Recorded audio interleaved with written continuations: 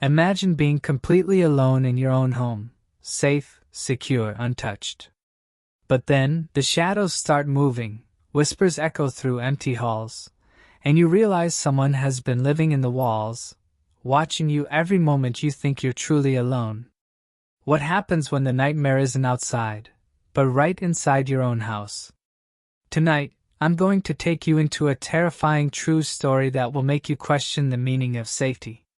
Before we begin, don't forget to follow and support this channel for more chilling, true horror stories that will keep you awake at night. Now let's step inside, if you dare. You never really know how quiet your house is until you're alone in it. I had been living in the same duplex for almost 2 years, tucked away in a sleepy neighborhood just outside Portland. Nothing bad ever happened here. At least, nothing that made the news. That Thursday night started like any other. My boyfriend, Jake, had left early that morning for a 5-day business trip in Chicago. I walked him to his car before sunrise, kissed him goodbye, and told him to text me when he landed. After he drove off, I went back inside, locked the door, and didn't think much of it. Being home alone never really bothered me. I liked the quiet. I worked better that way.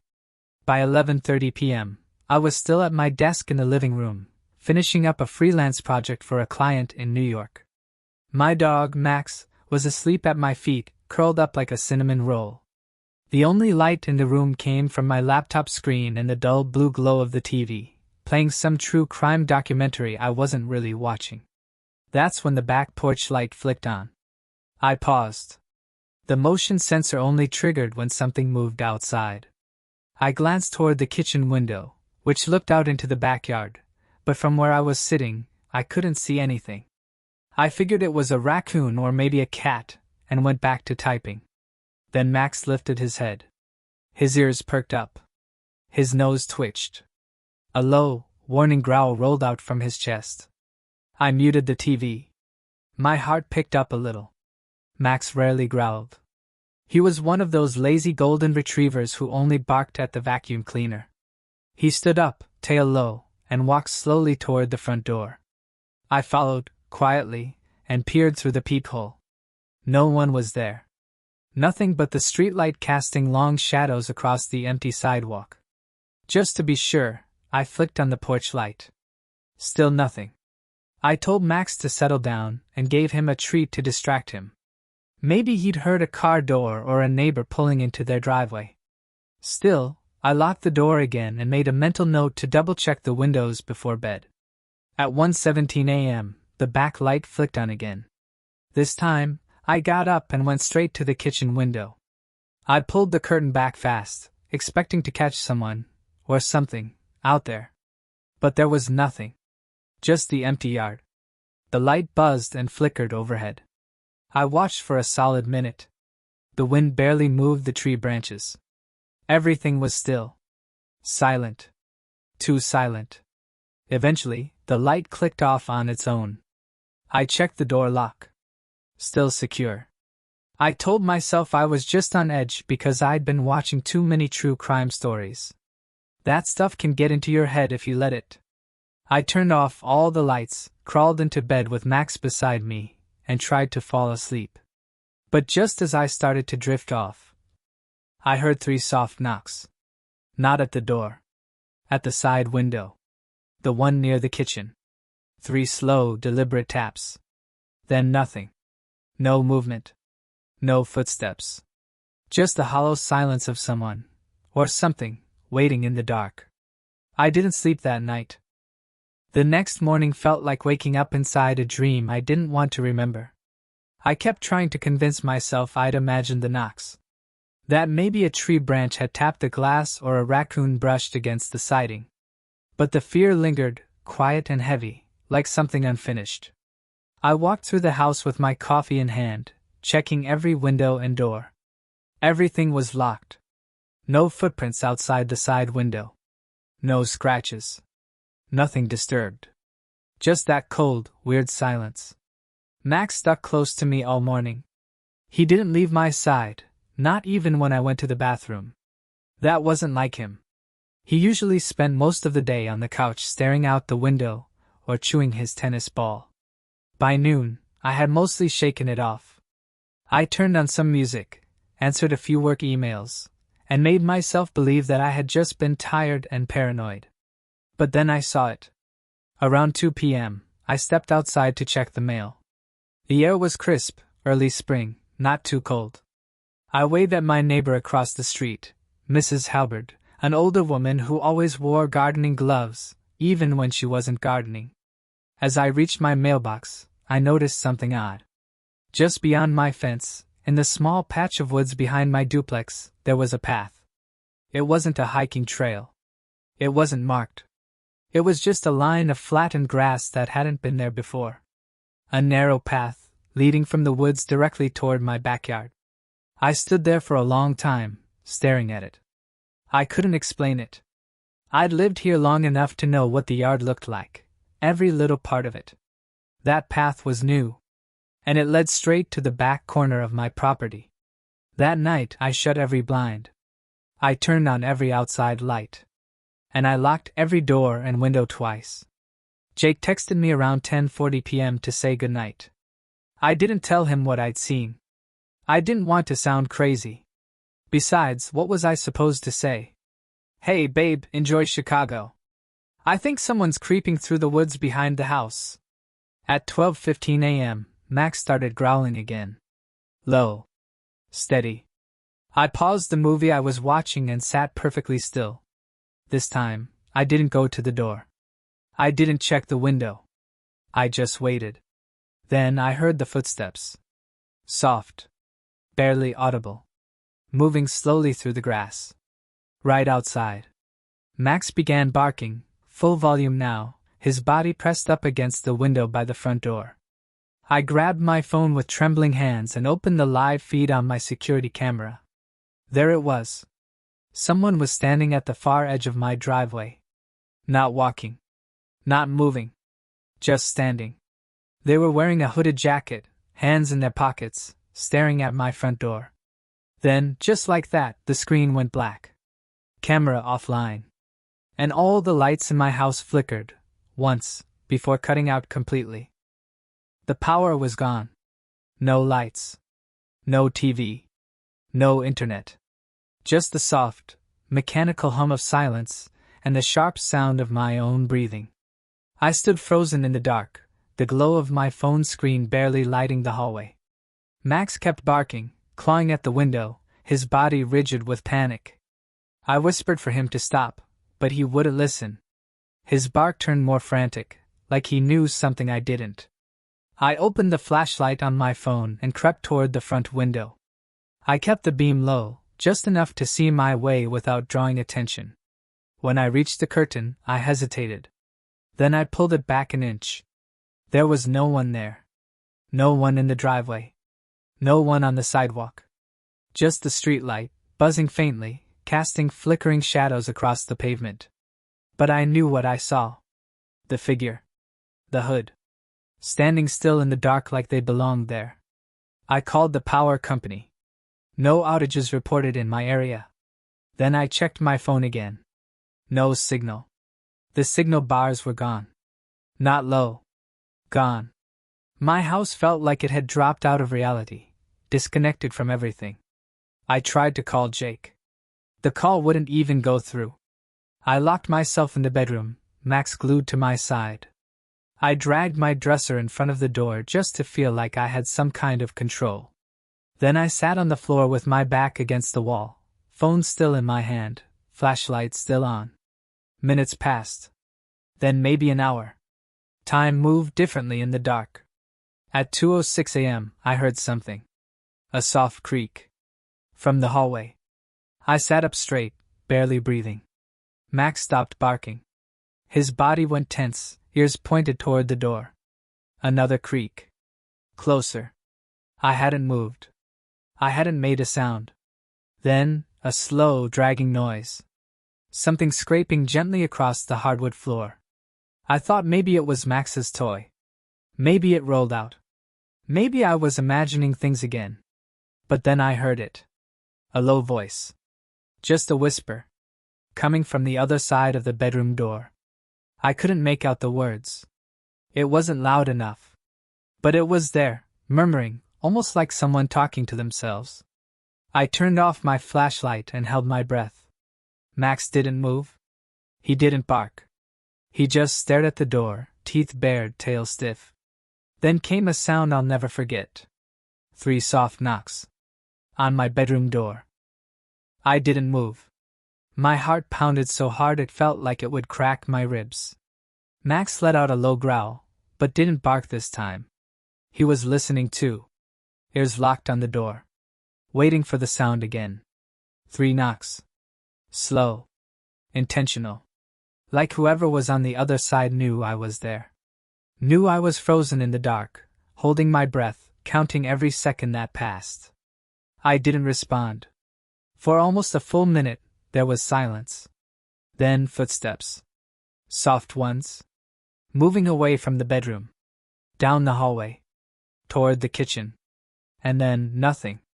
I didn't know what to do. I couldn't call for help. The power was still out. My phone still had no signal. I had no idea what time it was anymore. The glowing screen read 2:17 a.m. and hadn't changed since. I waited. 10 minutes. Then 20. The silence stretched out like wire, pulling tighter and tighter. Finally, I couldn't take it. I stood up and listened closely at the bedroom door. No footsteps. No sounds. Just that awful stillness. I slid the dresser an inch to the side, just enough to crack the door. I opened it slowly. The hallway was pitch black. I held my phone low, flashlight off, and stepped out barefoot onto the cold floor. Max followed behind me, every muscle in his body alert. I checked the bathroom. Empty. The guest room. Empty. Living room. Dark and untouched. Then the kitchen. The door to the basement was open. Wide open. I hadn't opened it. I never opened it. The basement was unfinished, just concrete and old junk I never used. That door was always closed. My hands shook as I stepped closer. I aimed my flashlight down the stairs. Empty. Just rows of wooden steps disappearing into darkness. I backed away and shut the door, locking it with the small bolt latch at the top. It didn't feel like enough. That's when I noticed something else. The back door lock was undone. I stared at it for a long time. Trying to remember, did I forget? No. I had locked it. I was sure I had. I locked it again, turned every bolt, slid a chair under the handle, and backed away. That's when the motion light outside clicked on. I slowly turned my head toward the window. I didn't want to move. I didn't want to see it. But I had to look. Just beyond the glass, on the other side of the yard, barely lit by the porch light, was the hooded figure. Not moving. Not walking. Just watching. And this time, he raised his hand. Not to wave. But to point. Right at me. I stumbled back from the window, nearly tripping over Max. He didn't bark this time. He didn't growl. He just stared, unmoving, as if he could feel something I couldn't. Something worse than just fear. Something ancient. Instinctual. I dropped to the floor and crawled to the far wall, out of view from the glass. My mind raced. Who was he? How long had he been there? Was he the one who knocked? The one inside my house? The image of the open basement door flooded back into my mind. Had he been inside already? I checked my phone again. Still no signal. I couldn't call for help. I couldn't even post a message. I was completely cut off. The kind of isolation that doesn't feel real until you're living in it. I forced myself to breathe. Then I crawled back toward the window, slowly, low to the ground. I lifted the curtain just an inch. He was gone. The yard was empty. The light was still on, casting long shadows across the fence, but the man was nowhere in sight. That scared me more than seeing him. I backed away again, my thoughts a tangled mess. Maybe he was just some crazy drifter. Maybe I was being targeted. Maybe it was random. But nothing about it felt random. He knew when to appear. He knew when to vanish. Like he was playing with time itself. Max stood at the top of the stairs, facing the basement door again. He wasn't barking, but his tail was stiff, his body still. Focused. I didn't want to look. But I had to. I crept back into the kitchen, heart pounding in my chest like a war drum. I leaned in and pressed my ear to the door. Silence. But the kind that felt full, like someone was holding their breath on the other side. Then, suddenly, a creak. From the other side of the basement door. Someone was on the stairs. I backed away slowly, eyes locked on the handle. The door shuddered just slightly, like weight was pressing against it from the inside. Then I heard it. That whisper again. Too faint to make out the words, but steady. Calm. Like someone speaking to themselves in a trance. Max started to growl again, just under his breath. Then, without warning, the handle jiggled. Not a knock. Not a bang. Just a slow, deliberate twist of the doorknob. Trying to open it. Trying to come back up. I grabbed the heaviest thing I could find, a cast iron skillet from the stove, and stood frozen in the middle of the kitchen, waiting for the bolt latch to snap. But it didn't. The handle stopped. The whispering went silent. And for a long time, there was nothing but the ticking of the old clock above the fridge. Then the lights flicked back on. Every bulb in the house. The TV powered up on its own. The fridge buzzed to life. My phone lit up, signal restored. All at once, the world came back. And the basement door stayed shut. As if it had never opened. The rest of that night I didn't sleep. I sat in the living room with every light on, my back against the wall, and the skillet still clutched in my hands. Max lay beside me, too tense to doze off. Every creak in the walls, every gust of wind outside made me flinch. When morning came, it felt like surfacing from underwater. Like I could finally breathe again. I called Jake. I told him everything. At first, he didn't believe me. He thought I was having a panic episode, that maybe I was stressed from work, from being alone. But when I told him about the security feed cutting out, the live image of someone standing in the driveway, he went quiet. He promised he'd cut his trip short and be home by tomorrow night. I told him not to bother. I didn't want to wait that long. I needed answers now. And the only place I hadn't looked was the basement. It took me hours to get the nerve. I waited until the afternoon sun was high, until every room in the house was filled with light. I grabbed a flashlight anyway, along with my phone and a hammer, just in case. Max stayed behind, whining as I opened the basement door. The air was cold. Musty. The scent of damp wood and concrete hit me immediately.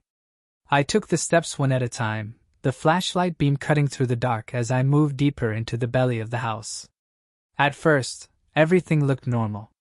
Old boxes. A broken chair. Christmas decorations still wrapped in plastic. I'd only been down here a handful of times since moving in. But then I noticed something strange. The back wall, made of old drywall panels, had a seam running through the middle. A hairline crack I hadn't seen before. I moved closer. The flashlight revealed faint smudges around the edge. Like fingerprints.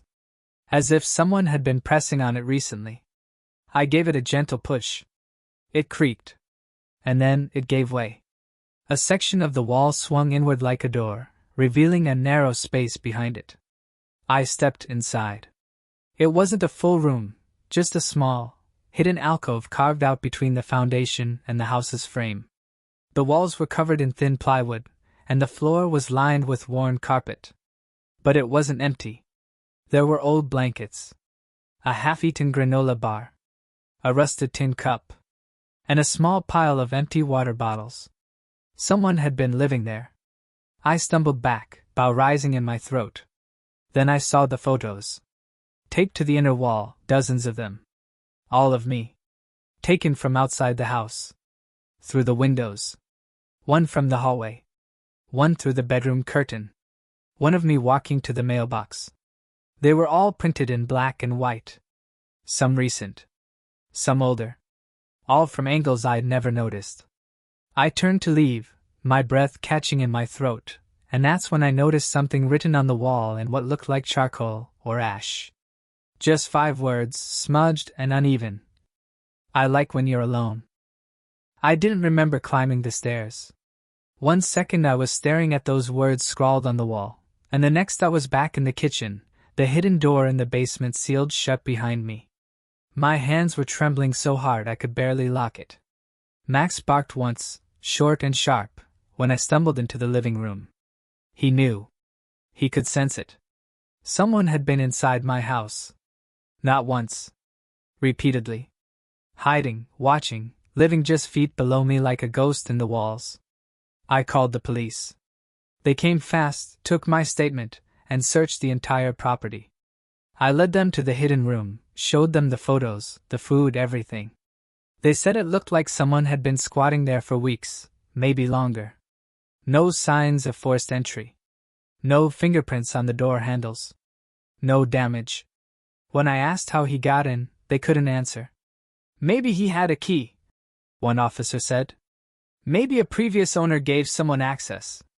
I shook my head. We changed all the locks when we moved in. They didn't say it out loud, but I could tell. They didn't think they'd catch him. The man in the hood had vanished without a trace. They offered to station a patrol car down the street for the night. Just in case. I thanked them, locked every door and window again, and tried to calm down. Jake still wouldn't be home until the next night. I thought about leaving. I even started packing a bag. But something stopped me. Fear, maybe. Or pride. Or the sinking feeling that no matter where I went, that man would still know where to find me. At 9:12 p.m., the house fell quiet again. Max didn't bark. He didn't growl. He just stared at the back door like he was waiting for it to move. I pulled the blinds shut and turned off all the lights. Sat in the hallway with the hammer in my lap and my phone in my hand. And I waited. At exactly 2:06 a.m., I heard the sound again. A soft knock. Not at the front door. Not at the basement. But at the bathroom window. I crept down the hallway, staying low, flashlight off, breathing through my nose. Max followed, tense and silent. I peeked around the corner. The curtain was closed. I moved closer and held my breath. My fingers trembled as I reached out and slowly, carefully, lifted the edge. And there he was. Standing just inches away, face pressed to the glass. Only this time, he wasn't wearing the hood. I saw his face. Pale. Smiling. Lips parted slightly like he was whispering something through the glass. I dropped the curtain and fell back, hard hammering. Max lunged at the window with a bark so violent I thought he'd break the glass. I scrambled back to the living room and grabbed my phone. The screen was black. Not off. Not dead. Just black. Frozen. The clock on the wall had stopped. 2:06.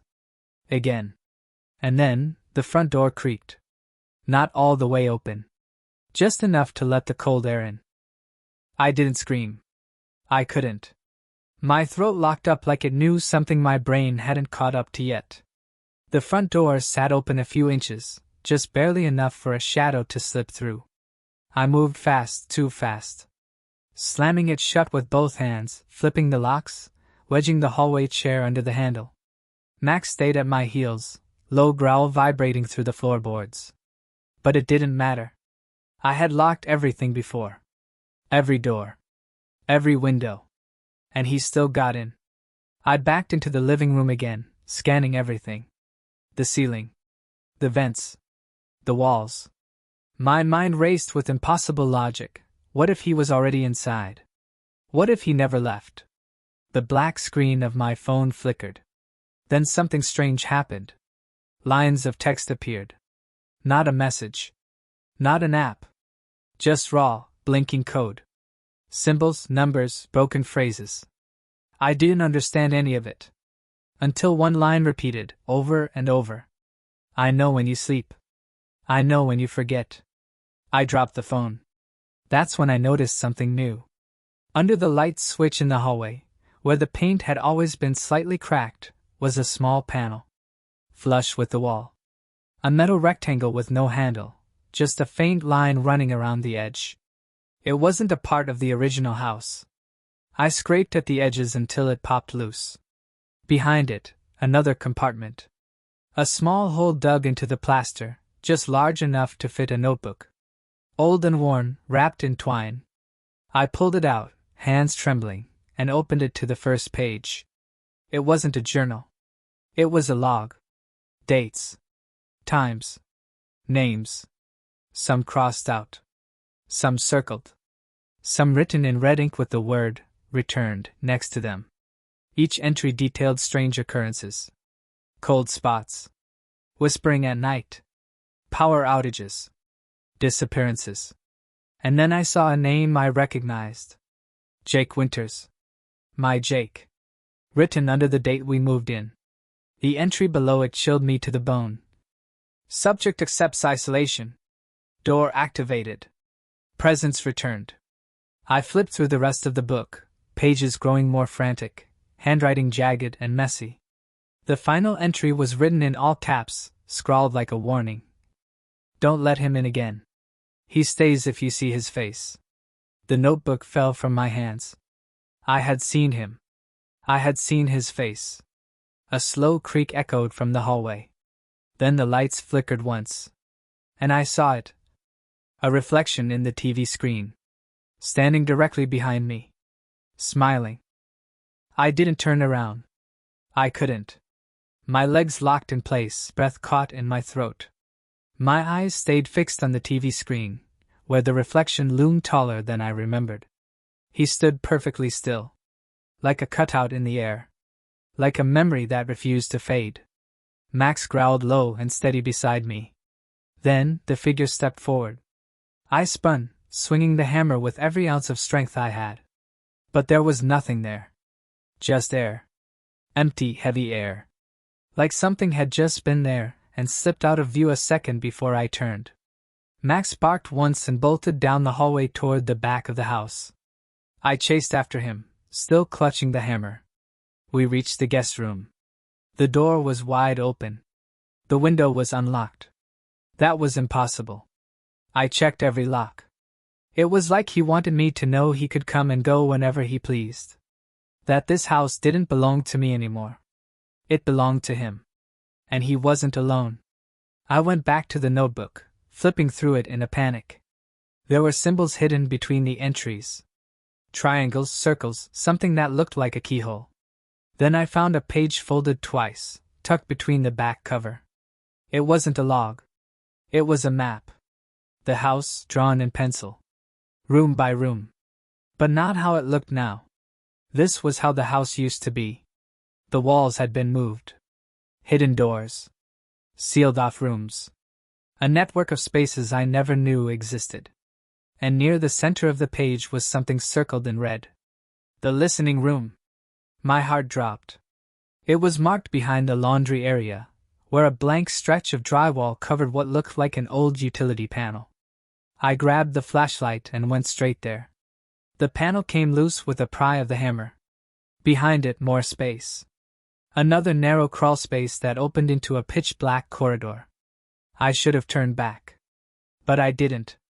I ducked inside, crawling until the air grew colder, and the smell of mold and dust hit me like a wall. Then I found it. A door. Old, wooden, swollen from moisture. But it opened with a push. The room inside was small.